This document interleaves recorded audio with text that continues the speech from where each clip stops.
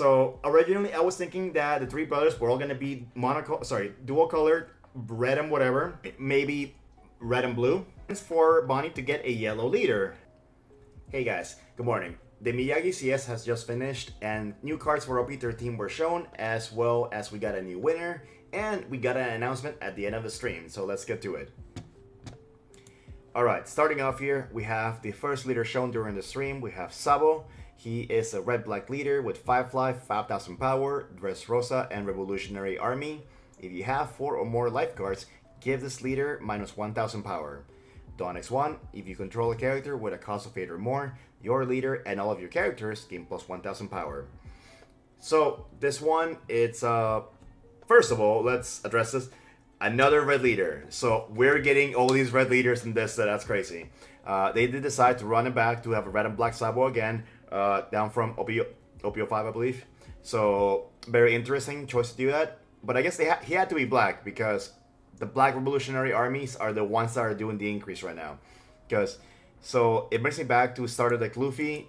He had the boost when you had a so and so amount of cost character in your board, so he would be 6k. Now this one, once you get to enough life, you reset to 5k, and when you get 8 or more, you're gonna go up to 6,000 and boost all your characters, which is crazy. Which goes into the synergy because currently Revolutionary Army boosts cost. I believe Karasu boost by 3, so it adds up. You'll get to pretty much doing 6k and plus 1,000 pretty easily, I think. Moving on, we had Ace. And the first thing that I see when I see Ace is, holy shit, that guy is 6,000 power, 3 life. So we are breaking it back. It is not quite Whitebeard health, but it's still pretty nice. So forecast the Ace. Red and blue leader. We're getting 4 red leaders! Oh gosh. Imagine Imu's red too? No way. Yeah, red and blue leader, 3 life, 6,000 power, Whitebeard pirates. On your opponent's attack, once per turn, you may discard 1 card from your hand, give up to one of your opponent's leader or characters minus 2,000 power during this battle. Dawn X1, once per turn, when you take damage or when your character with an original power of 6,000 or more is KO'd, draw a card. So, again, red is a very strong supported color that has a lot of reduction, and pretty much he's like a costlier Shanks because you're doing minus 2k once per turn, but at the same time you're giving up a card, but you kind of getting it back when you draw from getting your 68 reduced, right? Then yeah, 2,000 power, and you draw a card. So drawing a card is on theme with blue, I suppose. So that's pretty cool. We do have the Whitebeard, sorry, not the Whitebeard pirates, the Ace and Newgate started coming out for us in September, so this will work out. I'm sure it's going to be cards that you want to have synergized with because that is a lot of the blue Whitebeard Pirates kit. So pretty cool. Then moving on to Bonnie. And Bonnie is going to be a yellow leader, 5 life, 5,000 power, Egghead, Bonnie Pirates. On your turn, once per turn, when you play a character with a trigger, you may activate this effect. Give one of your leader or characters 2 Residon. So this is like a pseudo green card, I want to say, because of the fact that it is Dawn manipulation for resting, right? So yeah, basically we had to have the Bonnie. It is a very popular character right now. It is featured in the Egghead arc. Then we knew it was going to be yellow because we're getting all these yellow Bonnie Supernova cards and the Egghead, right? I didn't think it was going to be straight up mono yellow, but it's still, you know, nothing much changes. At least this way she can have her own support kit rather than just rely on all the Supernova green stuff, I guess. Because I think if we had to be green yellow, it will be mostly green Supernova in that deck. Yeah, and then this will also go well with the Monkey D. Luffy starter deck coming out soon. That's going to be also Egghead, so I'm sure we'll see a lot of synergy with that eventually. Pretty cool. And then finally, we had the big boy, Goldie Roger. Gold Roger was officially announced to be in the set back during Worlds. Right after the Worlds final, they showed a teaser for Roger without the effect. So we knew the stat line of 7,000 and we knew he was red-purple. Sorry if we couldn't show the red-purple part when we got to the stream. But anyways, he is Gold D. Roger, the King of the Pirates, red purple leader, 5 life, 7,000 power, King of the Pirates type. Roger Pirates. If you have Dawn on your field, give this leader one of the Dawn cards that will be added during your Dawn phase. While you have 9 or fewer Dawn on your field, this leader has minus 2,000 power. I'm sure I've seen this before, like someone has said this, I think. But okay, so it seems a little underwhelming because you would think like, oh, this is crazy, King of the Pirates, right? But it's, you start off as minus 2,000, you have to basically wrap your way to 9, and he's 7 with 5 life. So I mean, I think for purple, any purple card, you can pretty much get to 9 pretty fast, I think. By turn 4, like you're in, you know, like turn 3, 4. There's a lot of ramp going around that's just generic, and I'm sure we're gonna see support within the Rogers Pirates that will ramp it up so you get to 9 as soon as possible, right? Really cool effect that you can give this guy Dawn so he can be even bigger. So we'll see. On paper, this looks okay, nothing crazy. I do think it's fair that they're making him not be gung-ho, broken insane, because then there is opportunity for him to be even better the next time.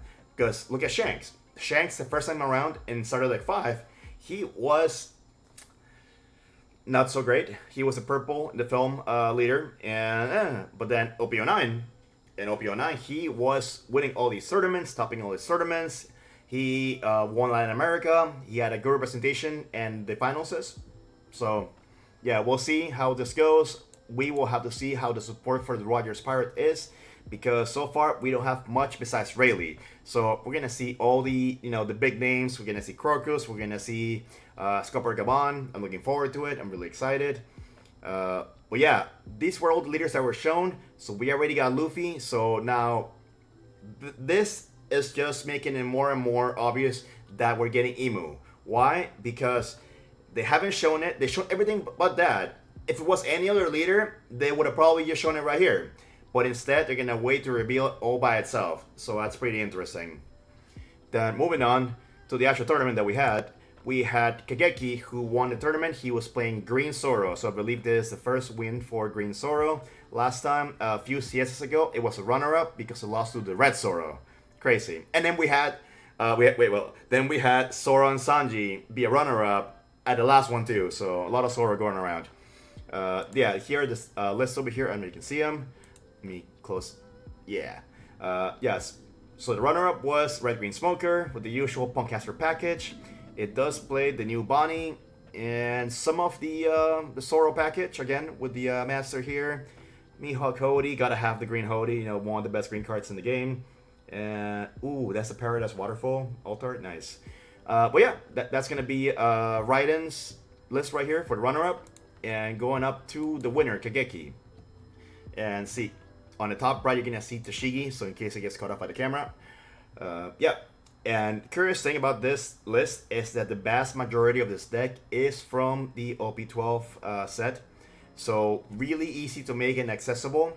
The only few things that are not from this set are gonna be, I believe, Tashigi and Cavendish, which should be fairly easy to obtain nowadays. So really easy and accessible deck to get. Very competitive, as you can see. So that's pretty cool. I am probably gonna be playing this deck too, because I love green actually. You guys don't know this, but I played green since set 1, going to set 2, playing Kid and Kinemon. And I love playing it. It's just like Wiper happened. But anyways, at the very end of the stream, after Kageki received his award, Gavin and the rest went up and said, ban list. We're having an update to the ban and restricted card list in August. So expect within a few weeks, probably during SCS, we're going to have an announcement. Yeah, I would have said maybe we get something for Bandai Card Fest, but at the same time, it's like, well, that's September, and that's a long way to go. And usually the ones that spearhead the ban list are going to be the Japanese side of things, so it makes sense. So in a few CSs in the future, we're going to see the ban list. Who knows? Gum Gum Giant just got a reprint, but at the same time, I feel like a lot of people don't understand that, you know, these cards are just, not accessories, what's the word for this? Like decorations, right? They're skins pretty much, right? They're for show. So yes, I understand that, you know, it is a very expensive card and whatnot, but at the same time, yeah, it doesn't change the fact that it's still the same, event card that you can pull from a pack. Out of every, at least you get maybe 1 or 2 in a box pretty easily. They all do the same thing, right? But yeah, I think Gum Gum could have a chance at getting some sort of restriction there, maybe. There's a lot of other cards that probably can get hit as well. I don't want to have Blue Purple Luffy get banned, but at the same time, it does seem like they do want to ban a leader every so often. Sakasuki, Law.